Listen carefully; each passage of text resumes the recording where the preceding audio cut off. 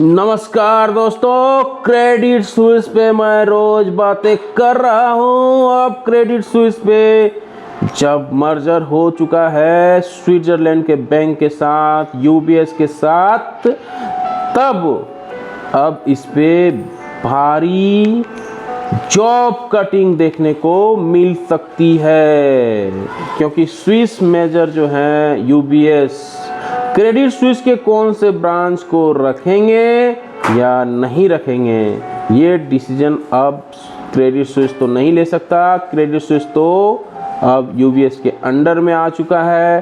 अब यूबीएस चाहती है कॉस्ट कटिंग, कि कहाँ से कॉस्ट कटिंग हो, कहाँ से पैसा बचे, और ये कॉस्ट कटिंग यूबीएस करने चाहती है।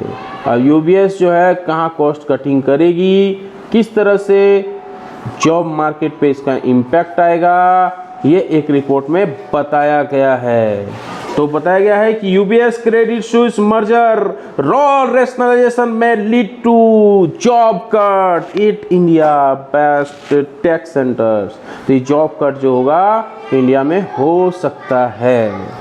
UBS and Credit Suisse, India's vast technology back offices which together employ about 40,000 people। तो इसमें 14,000 लोग काम करते हैं। अब 14,000 लोगों के लिए खतरे की घंटी है, उसका जॉब कट हो सकता है। We likely to see maximum impact of mega bailout in Swiss banking as rationalization of roles and focus on cost after UBS takeover as its stressed rival caused job losses at multi-city facilities known locally as global in-house centers। तो ये globally in house centre में हो रही है बातचीत कि कैसे job cut किया जाए, कैसे कॉस्ट कटिंग किया जाए, और क्रेडिट स्विस का जो बचाने का दौर चला है उसमें से ये भी एक इम्पोर्टेंट पार्ट है।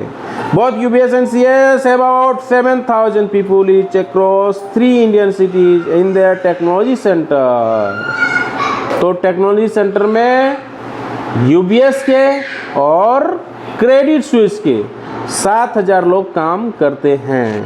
After the merger, role rationalization is likely to lead to many job losses in these areas, and UBS will seek to retain only the best talent at Credit Suisse। तो जो best talent है उसको वो रखना चाहेंगे, और इसमें से कितने लोगों का जॉब जाता है, ये न्यूज़, ये अपडेट तो आ ही जाएगी बाद में, ये देखने को मिलेगा।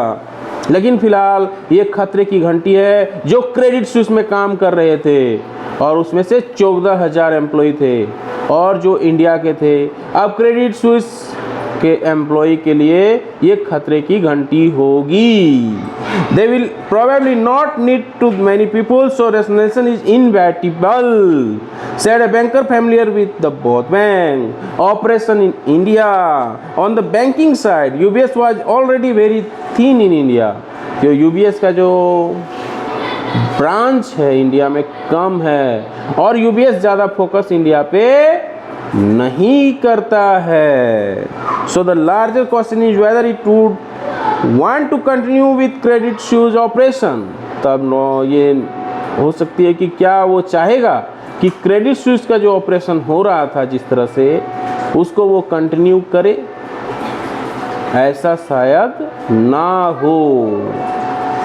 और will also reduce them in line with its capital light philosophy। तो कैपिटल लाइट फिलोसफी पे शायद काम करेगा। In India, UBS has much smaller operation, having closed down its role branch in the country in 2013। तो 2013 से इन्होंने चालू किया था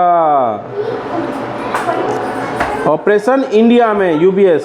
It ran a cash equities business, allowing foreign institutional investors to transact in the country through participatory notes। तो ये FI को participatory notes के जरिए कारोबार करने के लिए ये मौका दे रहे थे। Credit Suisse still holds its sole branch license in India।